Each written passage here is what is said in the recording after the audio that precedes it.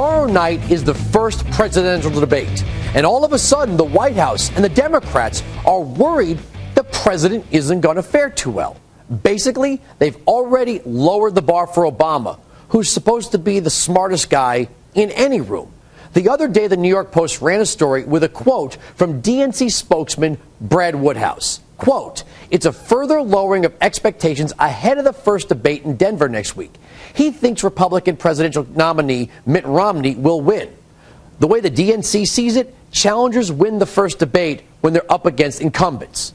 He went on to say that Romney has had more time to debate and the president hasn't debated since before he was elected. Although he feels Obama will still hold his own, he's just not known for sound bites. So the challenger has the advantage.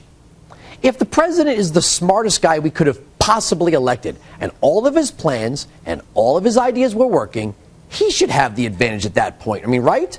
I mean, Mitt Romney would almost have to justify his challenge. What this is the progressives trying to make Obama's weakness his strength and Romney's assets into liabilities. In 2008, when Obama did connect with voters, first to push out Hillary Clinton, then he went on to beat John McCain, progressive voices lauded the electorate for making the intelligent choice. Republicans must stop saying Obama is an elitist and just admit you don't like him because of something he can't help, something that's a result of the way he was born. Admit it. You're not voting for him because he's smarter than you.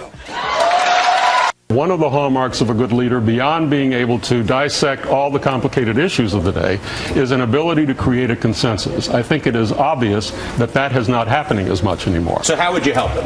How would I help him? Well, I would suggest that he do what so many of us in our business do, and that's dumb down a little. I realize that, he's too intelligent for the job.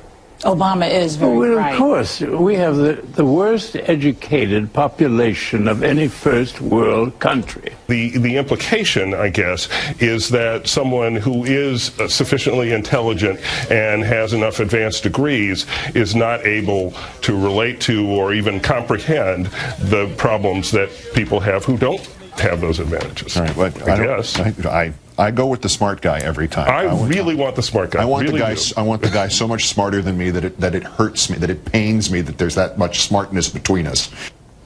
Magically, after 4 years, millions of voters have their doubts about Obama. The very same people who voted for him now scare the Democrats with their lack of intellect. So if Romney wins the debate, if he connects with voters better, it's because he's just as dumb as they are.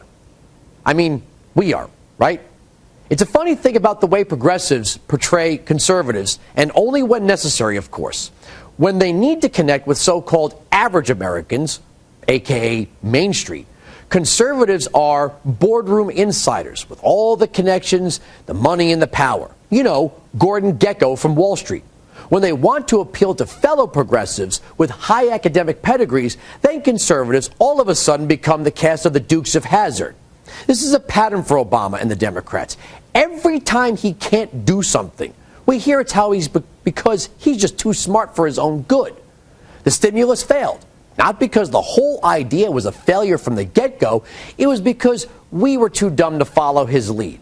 The fact that he had to count on us, the mere mortals, to bring down the unemployment rate was the problem. We simply don't get how brilliant his health care plan is.